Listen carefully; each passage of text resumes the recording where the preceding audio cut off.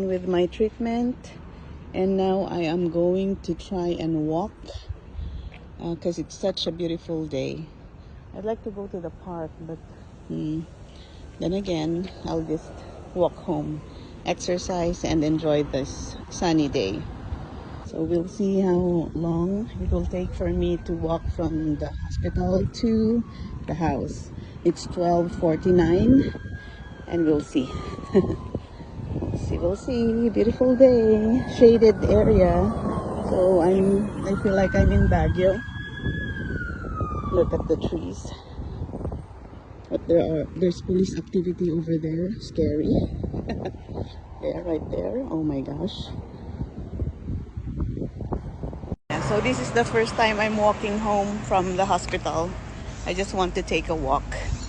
We'll see how long it will take, and hopefully it looks like it's safe, but I'm the only one walking. Everybody's driving. Talagang may something there. Nice. Angry bird. Yeah, nice. And some folks collecting recyclables. Oh, they're taking the bus there.